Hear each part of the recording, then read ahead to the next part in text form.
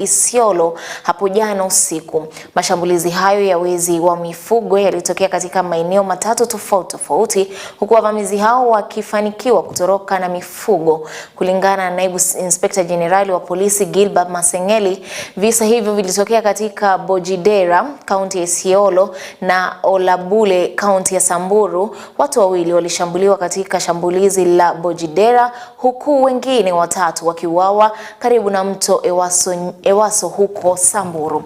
Vikosi vya usalama vilianzisha operesheni na kuwapata ng'ombe walioibiwa na kufanikiwa kurudisha mifugo 560 kunradhi kwa wamiliki halali. Baadhi ya wavamizi walipata majeraha ya risasi wakati wa makabiliano na maafisa wa usalama huku wakitoweka na mifugo wengine. Uchunguzi unaendelea kuwanasa na kuweza kurudisha mifugo hao. At around 00:20 hours in Bojidare area, a known number of suspected bandits armed with assault rifles invaded Manyata while shooting, and in the process they stole about 250 herds of cattle and 300 goats. NPR, Kenya Police, as to NPR, the officers trailed and recovered all the 300 goats plus 30 cows during the incident, and 2 people lost their lives and 3 others were injured. The injured have been evacuated to Isolo District Hospital for treatment, while the deceased handed over to their families for burial according to the Muslim rites. Secondly, today at around 00:35 hours in Holapule area, a known number of bandits armed with assault rifles invaded a home and started shooting before stealing 19 herds of cattle. The NPR, the police officers responded and established that 1 man had been fatally shot, while other persons, including NPR officers, sustained gunshot wounds. All the 19 animals have been recovered and the body have been moved to Isolo County Hospital for mortuary at Isolo mortuary for preservation. At that instant, 2 bandits were fatally shot across River Waso area under Samburu East, and a total of 211 herds of stolen cows recovered. I am here, I've been to the area in order to coordinate the operation that is ongoing with the officers who are already on the ground to ensure that normalcy is returned. Here with me is the regional police commander, who will live here also to coordinate in coordination with the county security team to ensure that all those herds that were stolen were recovered. Also, I appeal to the members of the public and those affected to remain calm. The government, we are doing our level best to ensure that we recover those animals and also those culprits who have done the heinous act. Na mtazamaji, tukitoka Isolo na Samburu tuelekee katika kaunti ya Bungoma ambako mkazi mmoja kutoka kijiji cha Toroso wadi ya Chisikaki eneo bunge la Mlima Elgon kaunti ya Bungoma anaishi kwa hofu baada ya kuvamiwa na genge la watu wasiojulikana mnamo tarehe 5 ya mwezi huu mwendo wa saa 1 usiku alipokuwa akielekea nyumbani. Kulingana na Nathan Wasama ambaye kwa wakati mmoja alihudumu kama diwani wa Chisikaki, anadai gari lake lilipigwa risasi 3 akielekea nyumbani kwake usiku wa tarehe 5 na watu waliokuwa wamejihami kumwangamiza kwa kiini kisichojulikana. Kwa sasa Wasama anataka idara ya upelelezi kutoka nje ya Mlima Elgon kuingilia kati na kuendesha uchunguzi zaidi ili kubaini kiini cha uvamizi huo, huku akionekana kukosa imani na idara ya usalama ya Cheptais anayodai haijatimiza lolote kufikia sasa tukio hilo kutokea siku ya tukio hilo kutendeka. Aidha, amesikitikia hatua ya idara ya usalama ya kuingilia kati na kuandaa mkutano na viongozi mbalimbali eneo hilo ili kuzuia visa vya utovu wa usalama kushuhudiwa. Nikasikia milio ya risasi 3 na nikakimbia hivyo. Pia nilikuwa na hofu saa nyingine imenishika, lakini nikasema hili niende nikufie kwangu. So nikakuja namna hiyo direct, nikaingia. Kumbe Mungu alitunza hiyo gari tu inifikishe hapa nyumbani. Ilipofika hapo ikakufia hapo. Then baada ya hiyo nilichanganyikiwa kwa muda kidogo, karibu 1 hour. Watoto hapa wanalia, mama amesirai, wanajaribu kusaidia mama. Mpaka sasa nilipoangalia mwili hakuna hofu, sijapatikana na risasi. Kweli OCS aliweza kupigia OCBD. Akaniambia anasubiri gari. Walisubiri, walifika hapa masaa ya saa 4. Kitengo ya usalama imekuwa compromised na upande wa siasa, because they don't speak independent mind. They don't do justice to anybody. Mpaka mtu fulani mahali fulani aseme ndipo hawa wana act. Na tangu siku hiyo mpaka leo watu wanaandika kwa social media, DCIO has not taken an action, OCBD has not taken an action. Alafu sasa wako hawa wanaendelea kusema tunajua, wasema alijipika risasi. Why can't these people be brought and then to explain? Because they have information. I don't have it myself. Lakini because they are confirming ya kwamba hawa ndio hii. Mimi naomba ya kwamba serikali, ikiwa polisi ndio hawa wajeptais wakiongozwa na OCBD Kitonga, sidhani kama hii uchunguzi itafanyika kwa ukamilifu, na sina imani na nina hofu na maisha yangu.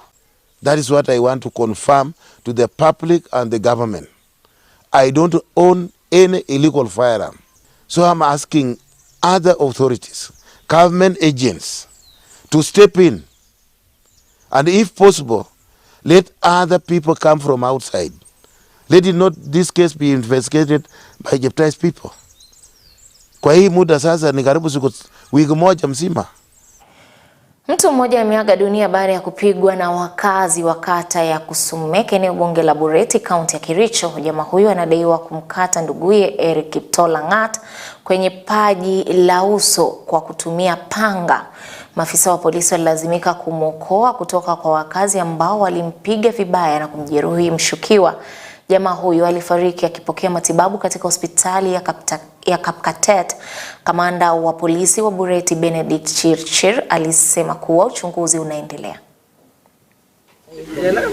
Huyu kijana mwenye aliua mwenzake, aliua ndugu yake tena miaka 2 zilizopita. Na kwa sahi tena jana usiku akavamia mwenzake na akamkata tena. Na huyu kijana mwenyewe akajitoa mahali hapa, akakimbia kwa babu yake, akajionyesha mahali pale. Lakini wakati huyu alionekana mahali pale, akaanza kujificha. Kidogo kidogo tukasikia watu wakipiga mayowe. Kumbe wanakijiji wakavamia huyu kijana kulingana na ile uchungu ambayo majirani wanapitia. So in the process, members of public wakavamia na mawe na akapikwa. So wakati tulipata report, askari wetu walikimbia pale, wakapata ukweli alikuwa ameumizwa na members of public na ilikuwa usiku. Akakimbizwa hospitali Kapkatet. Kufika hospitali akakuwa kumbe bahati mbaya ameaga. So ile tu kitu tunaambia vijana wasichukue sheria mikononi mwao, angetujulisha mapema hiyo jamaa tungemuokoa. Na mtazamaji, watahiniwa wengine 4 wa KCSE katika shule ya upili ya wavulana ya Shiners huko kaunti ya Nakuru wamekamatwa kuhusiana na mauaji ya mwenzao aliyeuawa kwa kuchomwa kisu mnamo siku ya Jumamosi usiku. Kulingana na naibu kamishna wa kaunti ya Gilgil Willy Cheboi, watu watatu hao walizuiliwa katika kituo cha polisi cha Gilgil, huku wengine 5 wakiwa katika kituo cha polisi cha Mbaruk. Watahiniwa 4 waliokamatwa hapo jana kuhusiana na mauaji ya mtahiniwa huyo wanafanya mitihani yao ya kitaifa au wameweza kufanya mitihani yao ya kitaifa katika kituo cha polisi kunradhi cha Gilgil kaunti ya Nakuru wakiwa korokoroni, huku wakitarajiwa kufunguliwa mashtaka.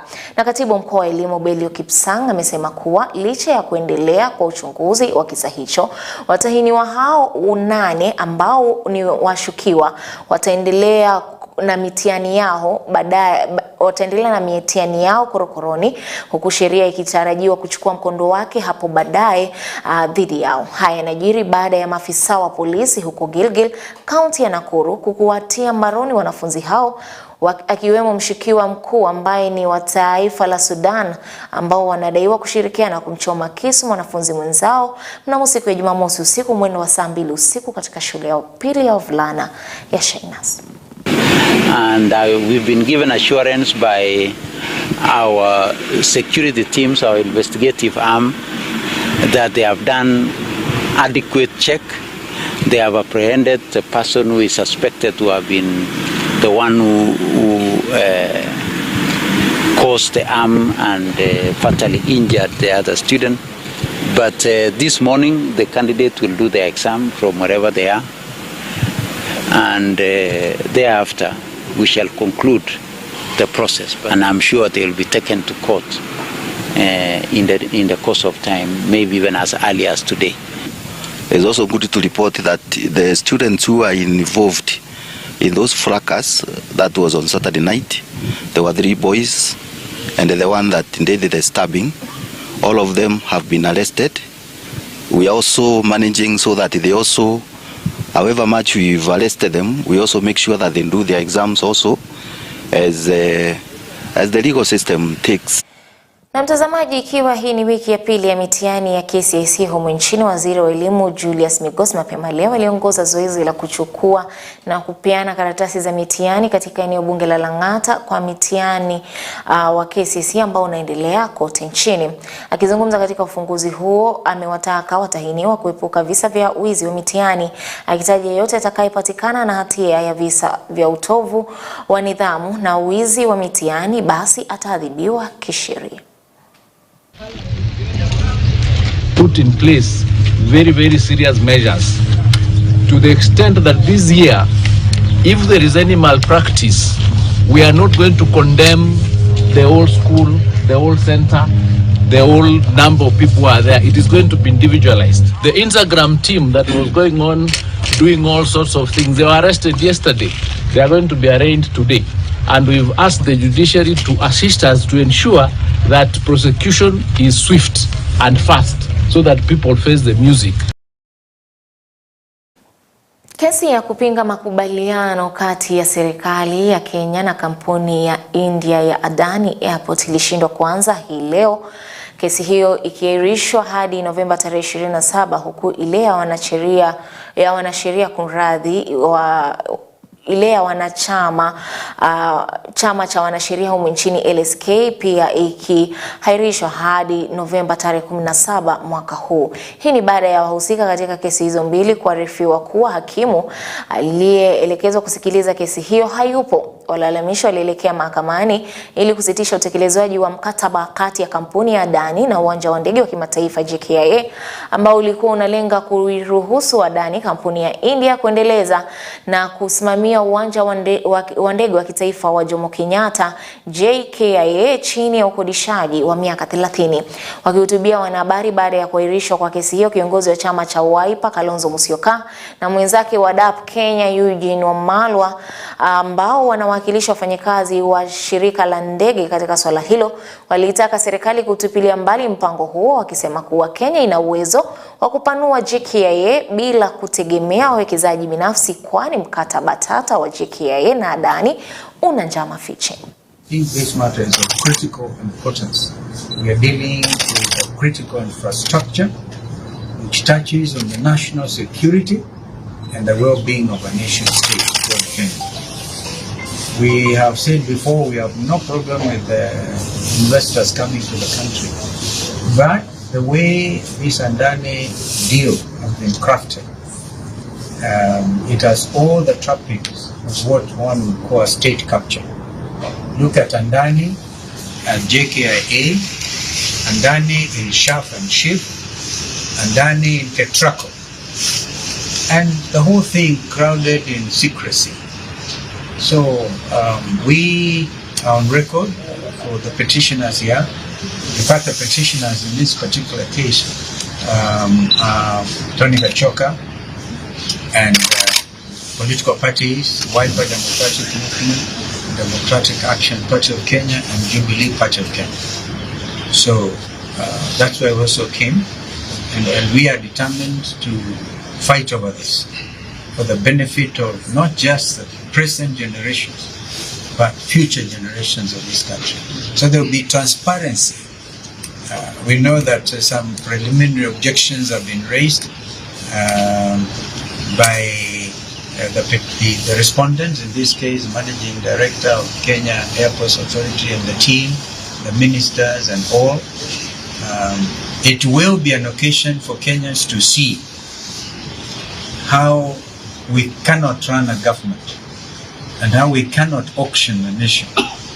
Just to assure them that this postponement of this case, the adjournment to the 17th for the LSK case, and this case to the 27th, does not mean that the conservatory orders are no longer there, and therefore Adani will take over. No, the conservatory orders that have been given in the LSK case, which is a case related to this, and we shall be seeking consolidation of these cases, means that Adani will not still do anything until these matters are heard and determined. Baraza kuu la chama cha UDA limeafikia kumondoa aliyekuwa naibu rais Rigathi Gachagua kama naibu kinara wa chama hicho na kumteua Profesa Kithure Kindiki kuchukua nafasi hiyo rasmi.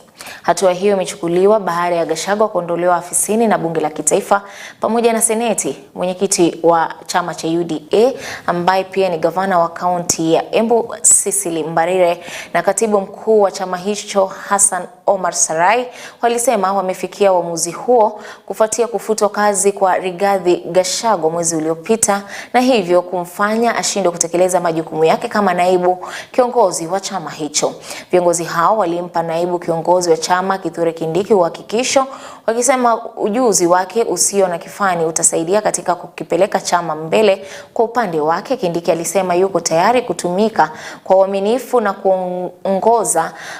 kuongeza kuwa chama kitashirikiana na taasisi nyingine kutatua masuala yanayohusu si chama pekee bali taifa la Kenya nzima kwa ujumla. His Excellency Rigathi Gachagua is unable to perform the duties of the office of the Deputy Party Leader and subsequently ceases to hold office as Deputy Party Leader.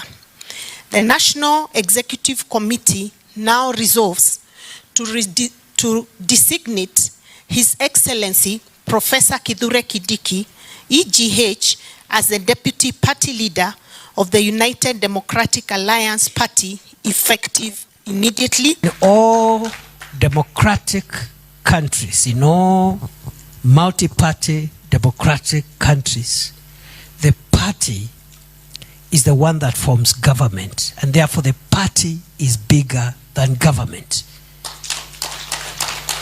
The head of state and government is the party leader first before being president, because he is a product. He holds that office by virtue of the party. And therefore, I am very clear in my mind what we need to do as a party going forward.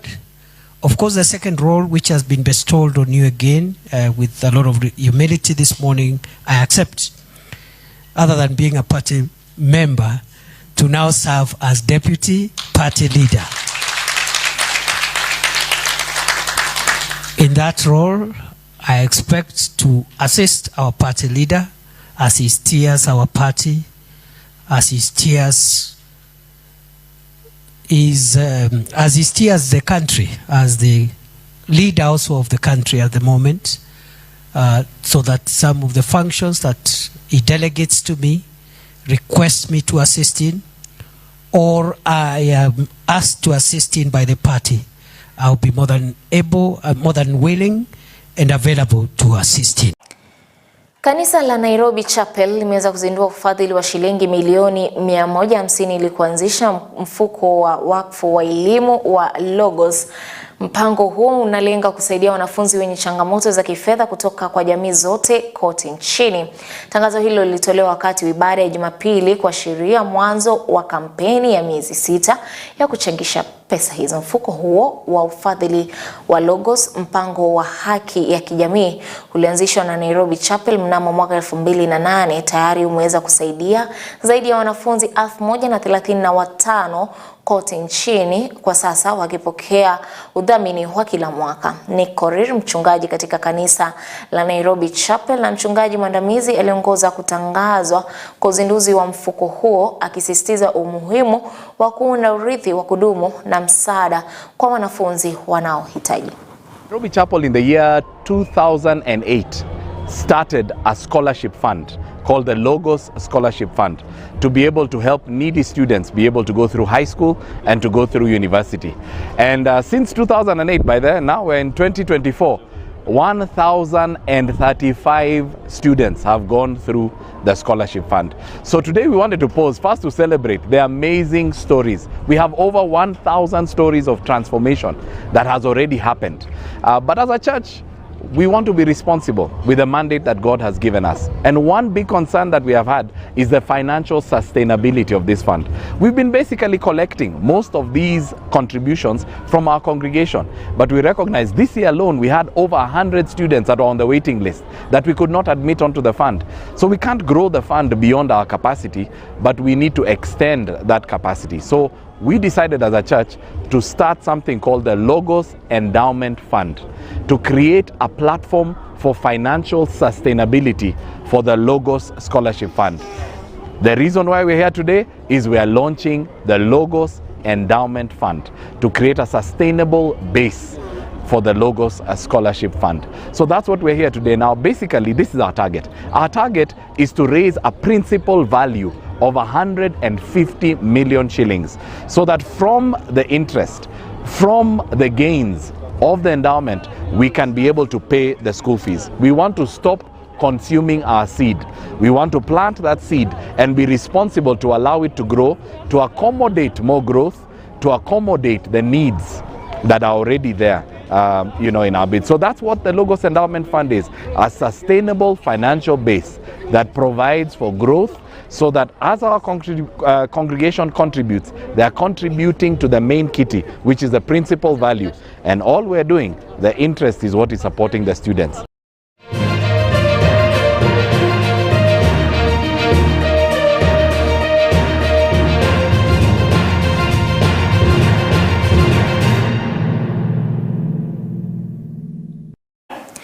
Kikosi cha karate kutoka kaunti ya Mombasa kimeweza kuandaa mashindano ya kufunga mwaka ambayo yameshirikisha wachezaji zaidi ya 200 kutoka kaunti tano tofauti. Kulingana na kiongozi wa mashindano hayo Nasoro Zero, wameweza kutaja shindano hilo limeweza kuhusisha wachezaji jinsia zote mbili, huku umri wao ukianzia kwa miaka 5 hadi 35. Vile vile ameweza kutaja shindano hilo kama mojawapo ya fursa kwa vijana kupata uzoefu na pia kufanya wawe waadilifu, hasa nyakati hizi janga la mihadarati limetamalaji. Hata hivyo, msimamizi huyo ameweza kutoa wito kwa jamii na wafadhili ili waweze kutazama mchezo huo kama talanta ya aina yake na kutoa sapoti ili waweze kukuza vipaji.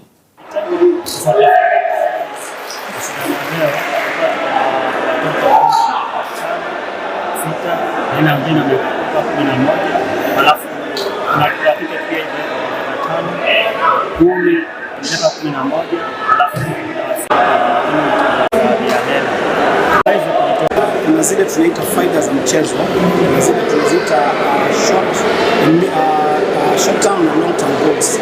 Nasaidia vijana kuweza kuspend nyumba pale sebuleni, cheze na simu kama hayo. So tunaomba wale vijana. Na mtazamaji, samahani kwa itilafu hiyo, na tukiangazia taarifa nyingine ni kuwa hospitali ya Hopkins iliyoko mjini Bungoma hii leo imeandaa mashindano ya barabarani za kilomita 7 kama njia mojawapo ya kuhamasisha umma kuhusu umuhimu wa kufanya mazoezi kuimarisha afya yao. Na mwanahabari wetu Duncan Koba na mengi zaidi kuhusiana na taarifa hiyo. Belinda ndio bingwa wa mbio za barabarani za Hopkins kilomita 7 zilizofanyika mjini Bungoma kwa kutimka mbio hizo kwa dakika 19 na sekunde 58, huku Paul Tanui akiridhika na nafasi ya pili baada ya kutumia dakika 20 na sekunde 48 mapema hii leo. Was nice. The Hopkins sponsored the race. It was very good. In the start, it was very sunny.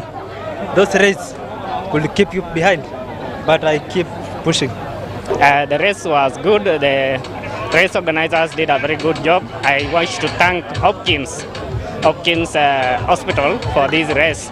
I've not trained for about a month or so, but I think my body responded well. Mbio hizo zilihudhuriwa naye gavana wa kaunti ya Bungoma Ken Lusaka pamoja na wanariadha mshikilizi wa rekodi ya mbio za mita 100 barani Afrika Fernand Omanyala. Na madhumuni ya marathon hii ni kuweza kuhimiza watu wetu kuja kwa hospitali mapema, waweze kupimwa mambo ya pressure, mambo ya sukari, na pia waweze kuja kwa hospitali kwa mapema, na pia kufanya exercise ili magonjwa ile lifestyle tunaita lifestyle diseases iweze kudhibitiwa mapema.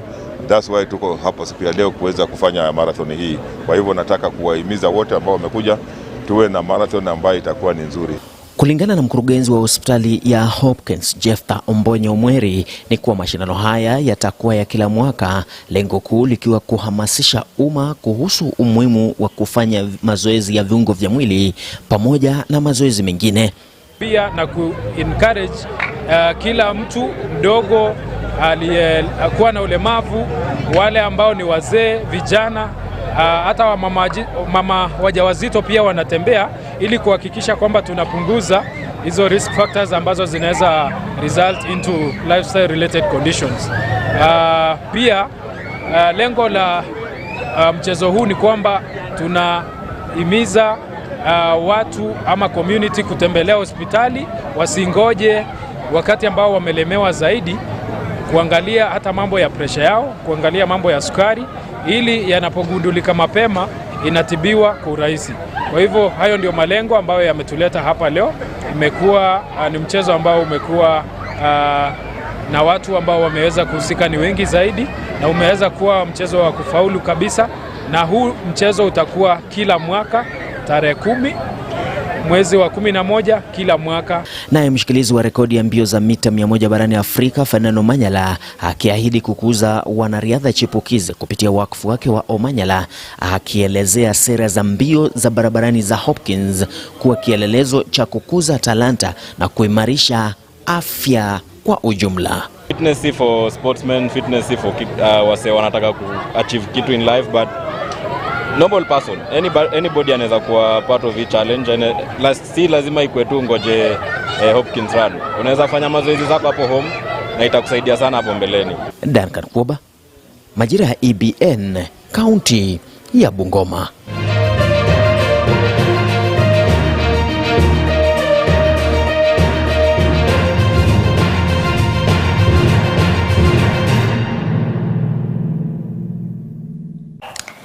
Na shukran sana Koba kwa taarifa hiyo. Na mtazamaji, tukimalizana na michezo, niruhusu niweze kutamatisha taarifa zetu hapa ndani ya majira ya EBN mwendo wa saa 1.